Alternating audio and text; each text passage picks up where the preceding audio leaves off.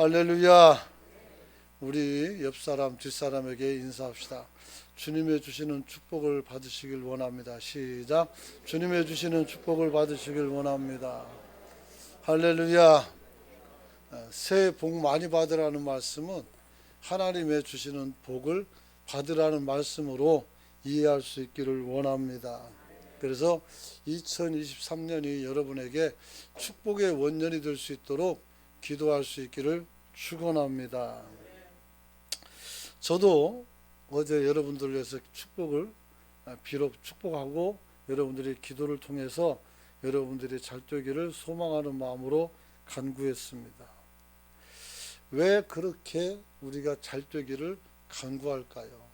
그것은 하나님께서 누군가의 삶을 허락하셨다면 우리 모두 다 똑같아요. 무언가 그 삶 속에서 뚜렷이 하나님의 뜻이 드러나게 되어져 있습니다. 그래서 이 사람이 하나님의 그 뜻을 실행에 옮김으로써 하나님이 나를 이 땅에 보내신 소명을 완수하는 거란 말이에요. 오늘 우리가 보편적으로 하나님 우리에게 주신 뜻 있고 개인적으로 주신 소명이 있단 말이에요. 이 두 가지를 다 잡아갈 수 있기를 축원합니다. 축원합니다. 미술가였던 고흐는 젊었을 때에 동생에게 편지를 보냅니다. 거기에는 이런 글이 써 있습니다. 사람은 다만 행복하기 위하여 이 세상에 태어난 것이 아니다. 우리가 속해 있는 이 세상이 위대한 일을 하기 위해서 너는 하나님께 숭고한 사람이 되어야 한다. 이렇게 말합니다. 우리를 태어나게 한 이 세상을 위해서 우리는 숭고한 사람, 즉 거룩하고 우러러 볼 만한 사람이 되어야 한다는 것입니다. 그는 또 이렇게 말합니다. 많이 가진 자는 없는 자에게 빚진 자다. 또 많은 재능을 가진 사람도 재능이 없는 자에게 빚진 자다. 이렇게 말합니다. 그러므로 너가 정말 많은 것을 소유하고 있다면 단지 잘 사용하라는 책임에서 벗어나 오늘 그 책임을 다하여 많은 사람들을 풍요롭게 해야 된다. 이렇게 말씀합니다. 만약에 그렇게 하지 않으면 너의 풍요는 빼앗겨 다른 사람의 것이 될 것이다. 이렇게 말씀을 하였다고 합니다. 사실 우리가 신자로서 이 땅에 살아갈 때 선하게 살아가는 것은 당연한 당면 과제입니다. 중요한 것은 어떻게라는 말입니다. 우리가 어떻게 선하게 살아가야 하나님 마음에 합하냐 하는 거죠. 저는 우리 교회 제가 부임한 이후에 가장 많이 했던 말 중에 하나가 빛의 삶, 소금의 삶을 이야기했습니다. 여러분, 오늘 우리가 빛과 소금으로 사는 것이 얼마나 귀한지 여러분이 깨닫기를 소망합니다. 여러분, 사람들이 신앙생활하면서 빛과 소금으로 사는 것이 귀하다는 걸 모르는 사람이 어디 있겠습니까? 그리고 또한 그렇게 살면 하나님의 덕이 우리를 통해 나타남으로써 이게 복되다는 걸 모르는 사람이 누가 있습니까?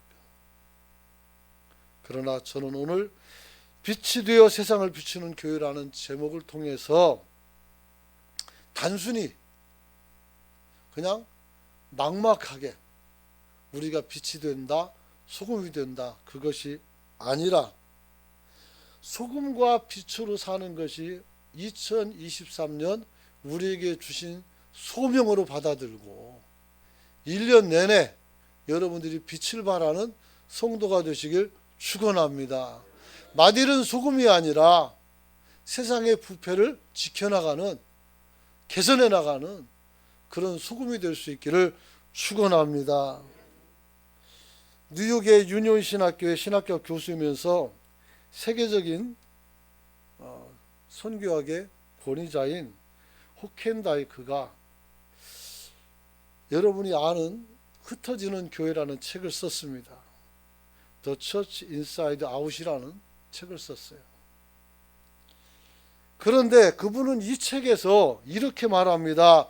교회는 교회 안에서 교인들을 위해서만 있는 것이 아니라 교회는 세상을 위해서 존재한다. 이렇게 말했습니다. 아멘 하시길 축원합니다. 중요한 말 할 때는 좀 무슨 말인가 생각하는 것도 중요하지만 오늘 이거 다 풀어드릴 거예요. 걱정하지 마세요. 여러분, 하나님께서 아브라함을 선택한 이유가 뭘까요? 그에게 복을 주시는 이유는 뭡니까? 그가 이 세상에서 부유한 사람으로 살기 위해서 부르셨습니까? 그렇지 않습니다. 옳다는 얘기 빨리 꺼주세요.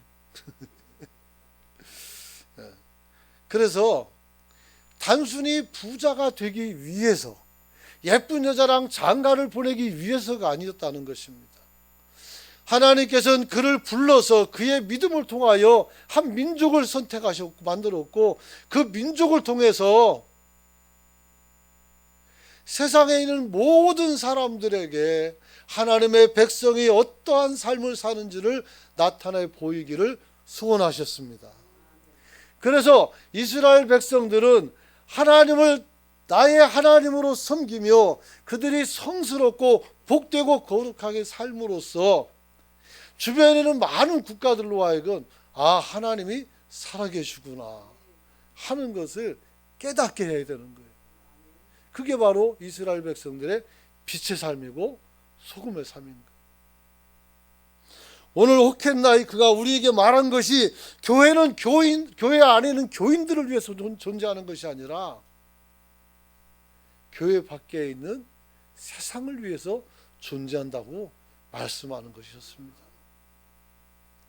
사랑하는 성도 여러분, 지금까지 한국 교회는 사람들로 교회에 모이게 하는 일을 굉장히 중요하게 생각했습니다. 저도 그 중에 하나였습니다. 사람만 모으면 모든 것이 다 만사형통이었어요. 전도사 생활할 때 우리 교회 아이들을 많이 늘리기 위해서 한 동료 전도사님이 아이들이 교회 오면 축구화를 하나씩 준 거예요. 비싼 걸로. 남자애들이 구름대처럼 올라갔어요. 누구야? 하신 분. 그렇게 하셔라도 사람을 모아서 하나님께 영광 돌리시길 축복합니다. 저도 그래서 따라서 했습니다. 근데 지금은 여러분에게 몇 번 말씀드렸지만 회개합니다. 그래서 사람들을 교회에 오를 때에 하나님을 만나게 하는 것이 아니라 오히려 물질주의에 빠지도록 방조 내지는 협조했다는 사실을 나중에 알게 됐어요. 작년에 우리가 김영길 목사님 모셔서 설교 듣고 갑자기 어떻게 돼요? 우리가 전도에 바람이 불어서 여러분이 태신자 작정도 하고 아직 출산하지 못한 분도 많지만 우리는 어쨌든 하반기에 전도를 열심히 했습니다. 그러던 중 기도하는데 마음의 괴로움이 몰려왔습니다. 너 사람 모아서 뭐 할 건데?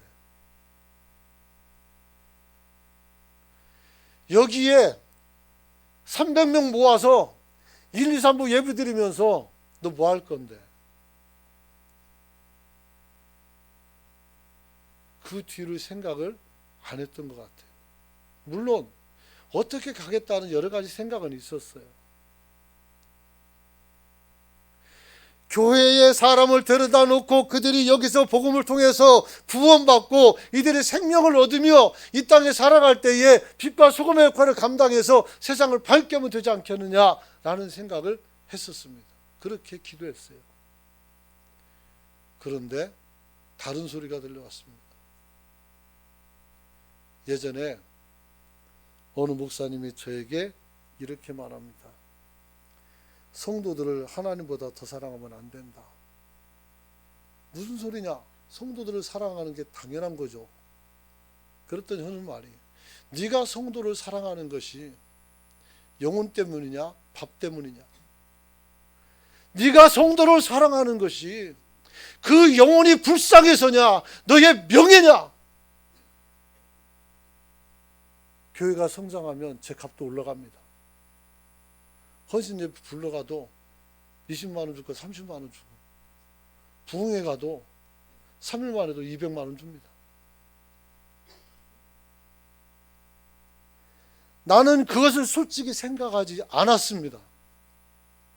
그리고 나는 그것과 상관이 없이 살았습니다. 한 번도 그런 생각해 본 적이 없었습니다. 그런데 그게 사실이었습니다. 어쩌면 내가 처치를 바라보면서 나도 꿈을 꿨던 것이 그들처럼 유명해지는 것은 아니었는가 생각을 해보게 되었습니다. 바라지도 않았지만 거부도 안 했습니다. 하지만 마음이 괴로웠습니다. 오늘 사람을 데려다 놓고 몇 명이 모였다라고 자랑할 것이 아니라 여러분들 하나하나를 올바른 성도로 만들어 천국으로 이끌어가는 것이 제 사명인 것을 그때까지 깨닫게 된 겁니다. 그래서 새벽에 설교하면서 설교가 싹 바뀐 거예요. 그것 때문에. 저와 장로님들은 목회를 하는 사람들입니다. 교인들을 돌보는 사람들이에요. 우리가 교인들을 돌보아서 우리가 해야 되는 일들은 이 사람들을 천국으로 잘 이끌어가서 이들이 천국에 들어가서 하나님의 영화로움 그것을 바라보면서 살아가게 하는 것인 줄 믿으시기 바랍니다. 그런데 거기서 끝나는 것도 아니었습니다. 교회의 역할은 제가 예전에 상식교회나 여러 가지 대안교회나 문학교회나 뭐 이런 얘기를 많이 했습니다. 아주 한 20년 전부터 이 얘기를 계속했어요. 아무도 그런 얘기를 안 했어요. 저 혼자 떠들고 다니고 그랬죠. 어떤 사람 그게 뭔 얘기냐고 묻는 사람도 있고 이 얘기하면 감동하는 사람도 있었지만 어떤 분들은 걱정도 합니다. 너 이상한 얘기하다가 큰일 난다. 이래요. 큰일 날 얘기 전혀 안 했었어요. 여러분, 저는 호켄다이크의 교회는 세상을 향해 존재한다는 말씀을 그게 옳은 말씀이라고 인정을 합니다. 이분은 WCC 에큐메니컬 운동을 하는 사람입니다. 신학적으로 지지하는 것이 아닙니다. 교회를 어떤 눈으로 바라보고 교회 존재 이유를 어떻게 설명하는 부분에 있어서 저와 같은 생각이 있다는 것을 이야기하는 겁니다. 사랑하는 성도 여러분, 지금까지 교회, 특히 한국교회의 경우는 초기 부흥운동 이후에 급격한 성장에 고무되어서 교회 밖에 있는 사람들을 계몽하고 그들을 새롭게 변화시켜서 세상을 맑고 거룩하게 만드는 일을 등한시하게 되었습니다. 우리는 서로 교회의 성도들을 많이 채우는 수적 성장에만 집중했던 겁니다. 실제로 많은 장로님들은 그걸 또 원하셨습니다.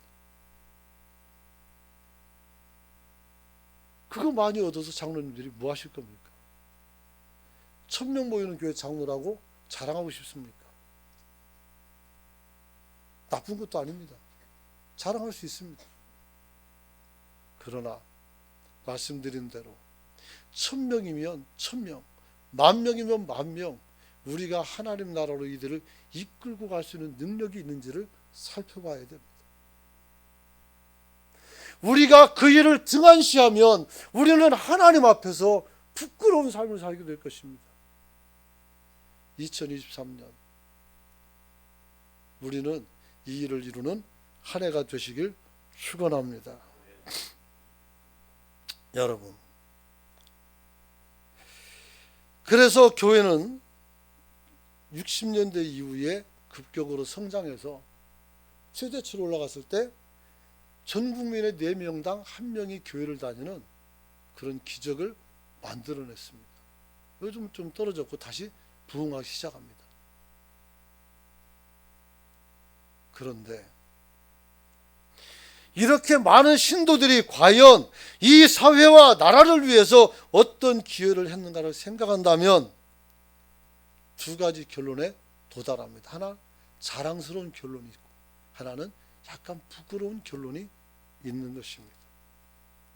첫째는 우리 교회가 서로 모아서 부흥을 감당함으로 말미암아 사회적 영향력을 극대화시켜서 이 세상 자체가 가치관이 기독교적인 가치관으로 움직였던 때가 있었습니다.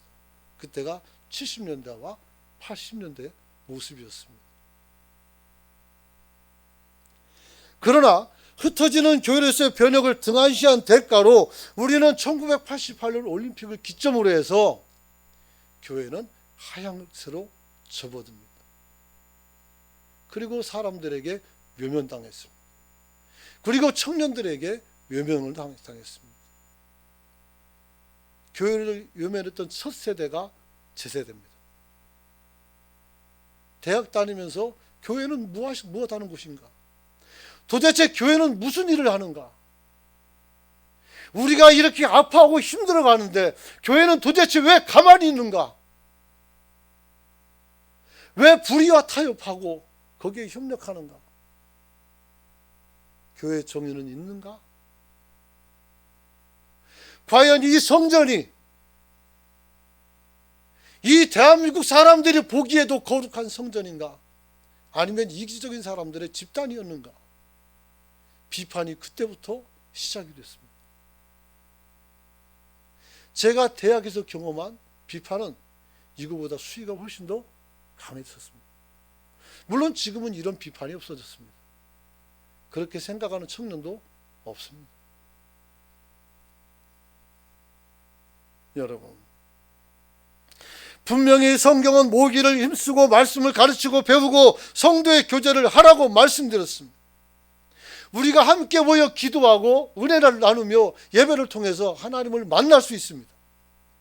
하지만 이것이 교회의 역할의 전부라면 하나님은 슬퍼하실 겁니다. 주님은 성전에 들어가서 비둘기 파는 자와 금전 바꾸는 자들을 어떻게 다 쫓아내셨습니다. 그리고 이렇게 말합니다. 내 아버지 집은 만민이 기도하는 하나님의 성전, 만민이 기도하는 집이라겠어요. 여기는 우리 은광교회 성도들만 기도하는 성전이 아니고 만민이 다 들어와서 기도하는 성전이 되어야 하는 줄 믿으시기 바랍니다. 그래서 고민을 했습니다. 그래서 우리 송기춘 권사님께 무채통을 2개 사오라고 했어요. 하나는 안에다, 하나는 밖에다 걸고 거기서 사람들이 기도 제목을 모아서 내가 기도하겠노라. 근데 그게 잘 안 돼요. 마음이 급한 사람은 성전에 들어와야 됩니다. 어떻게 하면 그게 가능해질까? 성전 문을 열어놓으면 됩니다. 근데 그랬더니 이상한 사람들이 와서 자꾸 들고 가요. 그래서 그것도 쉽지가 않아요. 예전에 제가 교회 다니는데 들어가는데 어떤 분이 그 예배당 문 열어놨거든요. 강대상에 있는 화분을 들고 나가는 거예요. 어디 구합했더니 집으로 가져가는 거예요. 얼마나 당당하게 가져가는지 말을 할 수가 없었어요.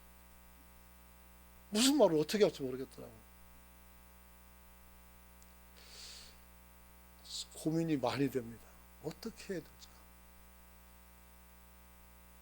여러분, 그래서 많은 목사님들은 생각했습니다. 과연 이렇게 응집된 많은 사람들의 그 힘을, 우리가 가지고 있는 능력들을, 그리고 우리가 드리는 이 기도의 힘을 어떻게 사용할 것인가. 그래서 선교를 합니다. 해외 선교 말입니다. 1988년 이후로 대형교회 중심의 선교가 소형교회까지 다 올라갑니다.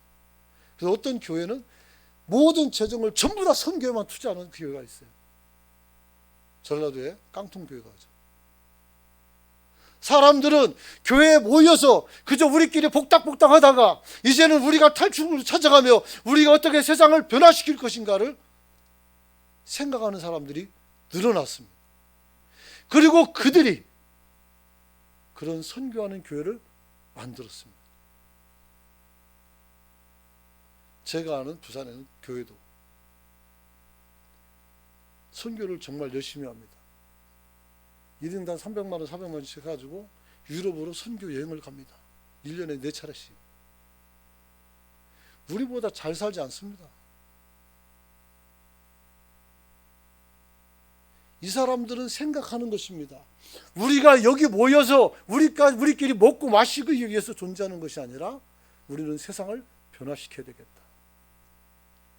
전 찬동합니다. 그런데 여러분, 오늘 이들이 하나님 앞에서 이러한 선교를 통해서 많은 교회들을 세우고 많은 지역에 선교사를 파송하고 단일 면적당 세계에서 가장 많은 선교사를 파송하는 교회가 우리 한국교회가 되었습니다. 그런데 교회가 정말 살아 움직이며 역사하는 성도들로 가득 찼을까요? 이미 메가처치로 성장해도 지교회의 틀을 벗어나지 못하는 성장 정체의 문제가 지금도 우리에게는 있다는 것입니다.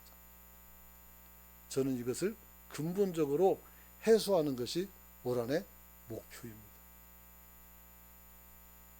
사랑하는 성도 여러분, 한국 교회는 많이 성장했다고 말할 때 수적 성장을 말합니다. 양적 성장을 말합니다. 이제는 질적 성장을 이야기할 때가 되었습니다. 이제는 성도들이 세상을 향한 교회의 역할과 자신의 역할을 깨닫고 이 세상에서 어찌 살 것인가를 고민해야 됩니다.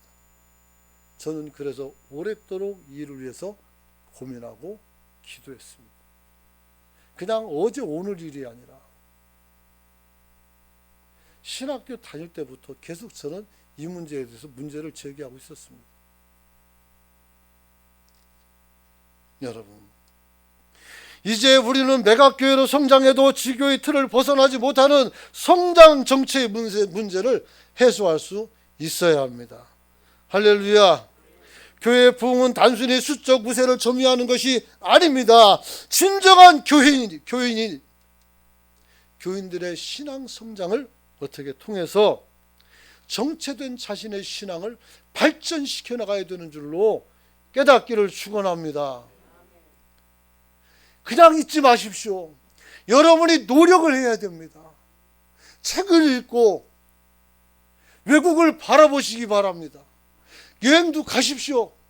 가서 이 땅이 얼마나 어둡고 이 세상 사람들이 얼마나 미련하고 어리석게 사는지, 이들을 어떻게 도와줄지 고민해 볼 수 있기를 축원합니다. 동남아시아 다니면서 화폐 가격 차이가 크잖아요. 돈 1,000원 주면서 보트 타고 돈 1,000원 주면서 모든 혜택을 누리고 관광하는 것도 좋지만 돈 1,000원이 아니라 그들의 영혼의 궁핍함을 가릴 수 있는 방법이 무엇인가를 찾아내는 저와 여러분이 되시길 축복합니다. 축복합니다. 그러므로 하나님께서는 언제나 우리가 일정한 신앙의 성취를 통해서 만족하며 우리가 교회에서 머무는 것을 하나님께서는 원치 아니하십니다. 그래서 너희는 세상에 소금이요 세상의 빛이라고 말씀하셨던 것입니다. 오늘 주님께서는 세상의 빛과 소금이 되어서 거룩성을 잃어가는 이 세상을 우리 교회가 감당해라라고 말씀하시는 줄 믿으시기 바랍니다. 사회가 부조리가 팽배한다고요? 우리가 말을 안 해서 그렇습니다. 그렇다고 해서 태극기 집회에 가가지고 거기서 떠들라는 얘기가 아닙니다. 우리의 집단적인 힘을 사람들 앞에 위력 시위해서 그들을 억압하고 누르는 것이 아닙니다. 우리 일상의 삶에서 올바른 생각과 가치관을 가지고 사람과 대화할 수 있다면 그들은 여러분을 통해서 마음이 환해지고 시원해지는 것을 느끼게 될 것이고 그들은 변화되어서 네가 믿는 예수 나도 한번 믿어보자고 나와서 여러분과 같이 세상을 변화시키는 그러한 사람이 될 줄로 믿습니다. 여러분, 사실 아담 이후에 인류는 오랫동안 하나님의 존재에 대해서 의심하지 않았고 하나님을 두려워하면서 예배를 해왔습니다. 그러나 현대는 조금 다릅니다. 신에 대한 하나님에 대한 회의와 부정이 죄송한 말이지만 우리도 교회도 빠질 수가 없어요. 한국 교회 성도들 속에 얼마나 팽배한지 모릅니다. 정말 하나님을 두려워하면 정말 하나님이 살아계신 것을 우리가 알 수만 있다면 여러분 우리가 정말 하나님의 역사하심을 의심하지 않는다면 우리 행동이 왜 이런지를 스스로 물어야 됩니다. 불신자들은 말합니다. 예수도 좋고 성경도 좋다. 하지만 그리스도인들은 못 믿겠다. 도대체 하나님의 말씀을 보고 그분을 섬기며 그분의 제자라고 말하는 사람들이 왜 이런 소리를 들어야 되는 겁니까? 하나님의 신 존재가 부정되고 사라졌기 때문에 어제 말씀드린 일시기 현상이고 태양빛을 달이 가리듯이 우리가 하나님의 거룩한 빛을 물질이나 건강 때로는 우리가 이 세상에서 형통하고 명예를 얻는 일에 목적을 둠으로써 실제 하나님이 나를 부르신 부름에는 응답하지 아니하고 내가 필요한 하나님만 찾아나가는 이교도적인 신앙을 가졌기 때문에 그게 어떻게 그리스도입니까? 우리는 그러한 것들을 당연하게 받아들였고 우리는 그렇게 되는 것이 당연한 은혜인 줄 알고 있었습니다. 그런 건 부차적인 겁니다. 주님은 말씀합니다. 무엇을 먹을까 입을까 염려하지 말아라. 아멘 하시면 복 받을 겁니다. 여러분도 아멘이시길 축원합니다. 이것은 이방인들이 원하는 거래요. 이방인들이. 오늘 하나님이 우리에게 원하는 것은 너희는 그 나라와 그 의를 지키라는 거예요. 즉 가치 중심의 삶을 하나님의 말씀과 은혜의 가치를 가지고 살아가는 성도가 되시길 축원합니다. 이게 진짜 크리스찬이에요. 놀랍게도 평양 대부흥 운동이 일어나면서 바로 이러한 하나님 가치 중심의 삶이 우리에게 급속도로 퍼져나갔던 겁니다. 그리고 우리가 있는 곳은 정화되고 깨끗해졌으며 우리가 사는 곳은 하나님의 이름이 존귀하게 되는 그런 삶이었었습니다. 근데 이게 산업사회로 변화되고 물질이 우리 가치의 제1가치가 된 이후로 하나님은 우리에게 물질을 공급하자는 물주나 아니면 건강을 지켜주는 의료인이나 아니면 우리의 뒷배를 베주는 그런 힘 정도로만 생각하는 것이 아쉽습니다. 이제 우리의 신앙을 좀 새롭게 가져갈 수 있기를 축원합니다.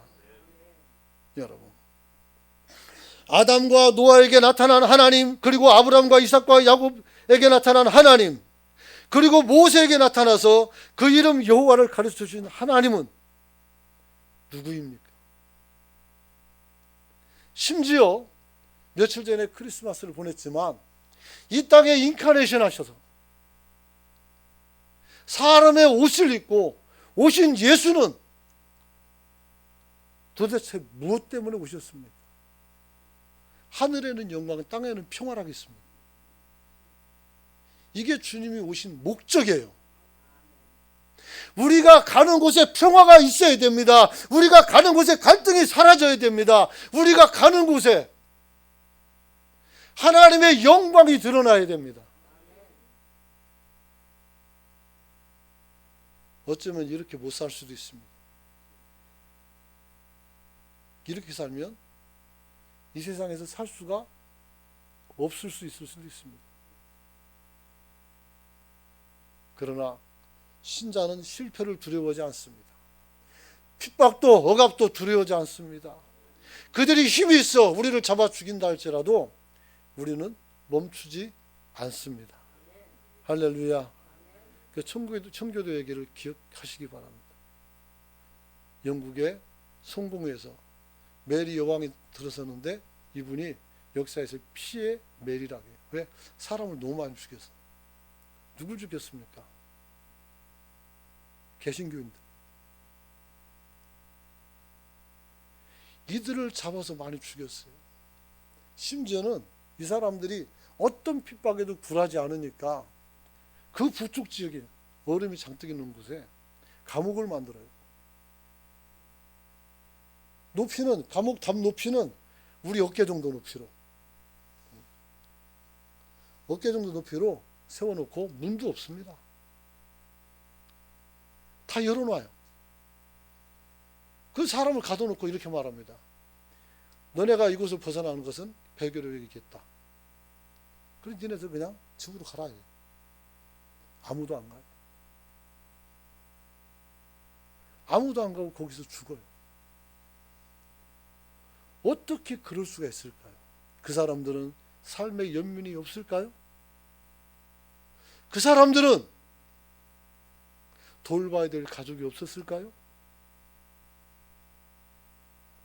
눈에 넣어도 아프지 않은 자녀들이 없을까요?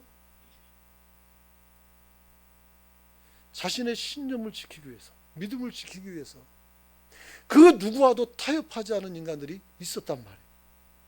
우리는 그들의 후손이에요. 그들의 신학의 정통성을 우리가 받아들고 사는 사람들이란 말이에요. 그들이 미국으로 건너갔고 보수적인 신앙을 거기서 만들어 놓고 그들이 우리나라에 와서 선교했고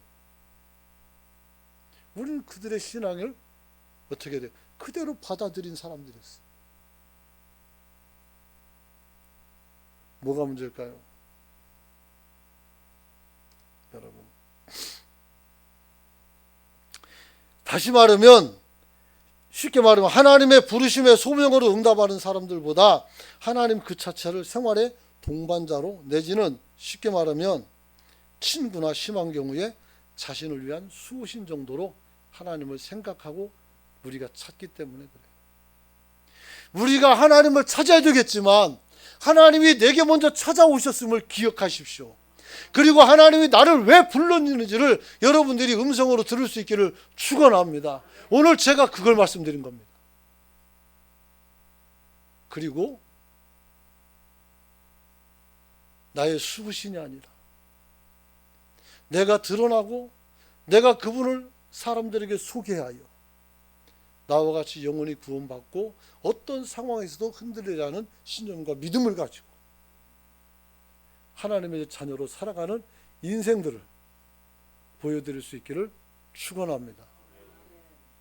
말씀 마칩니다. 다 끝난 건 아닙니다. 사실은 절반도 못했습니다. 그러나 말씀 마치려고 합니다. 우리가 이 땅에 살아갈 때 하나님을 믿는다는 것이 무엇인지를 생각할 수 있어야 됩니다. 하나님은 우리가 누구냐? 하나님에 대해서 생각할 수 있어야 됩니다. 우리가 가는 천국에 관해서 생각할 수가 있어야 됩니다. 우리는 왜 세상을 통해서 하나님의 영광을 드러내고 그들을 복음화시켜야 되는지 이유를 알아야 합니다. 이것이 전도고 선교입니다.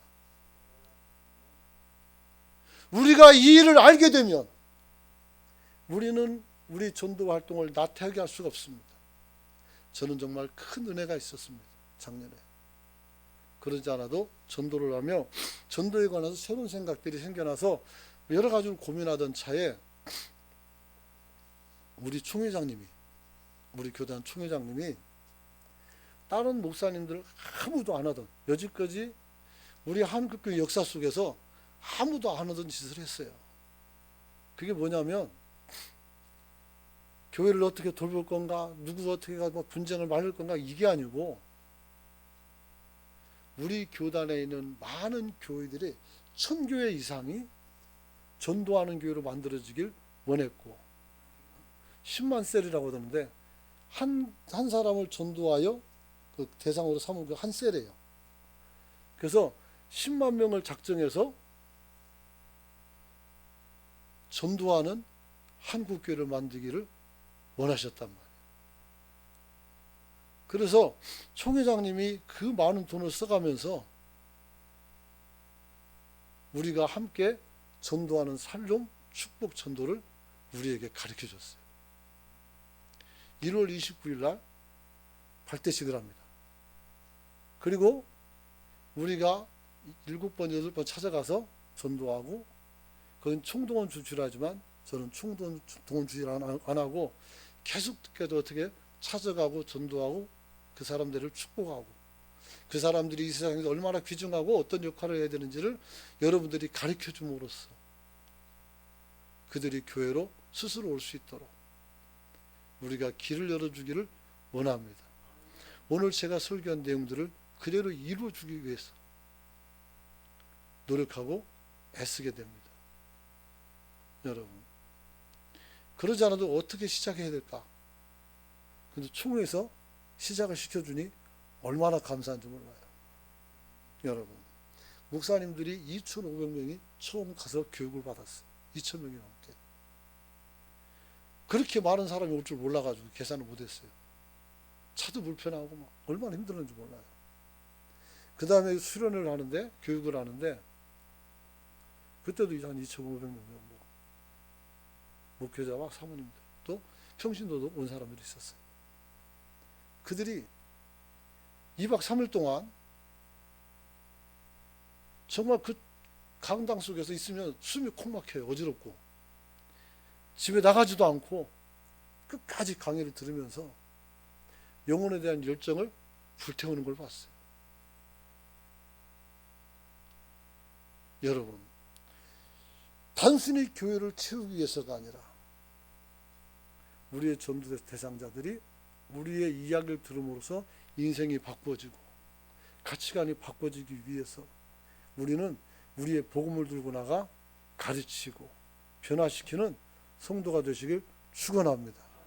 그럴 때 2023년 목회는 완성이 될 수 있다. 저는 이렇게 생각을 합니다. 그러므로 한번 같이 통성으로 기도하길 원합니다.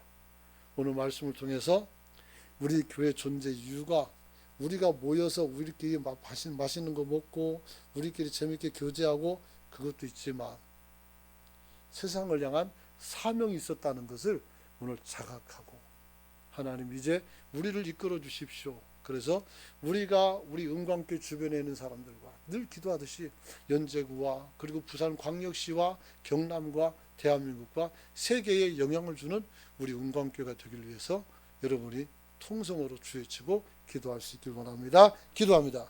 주여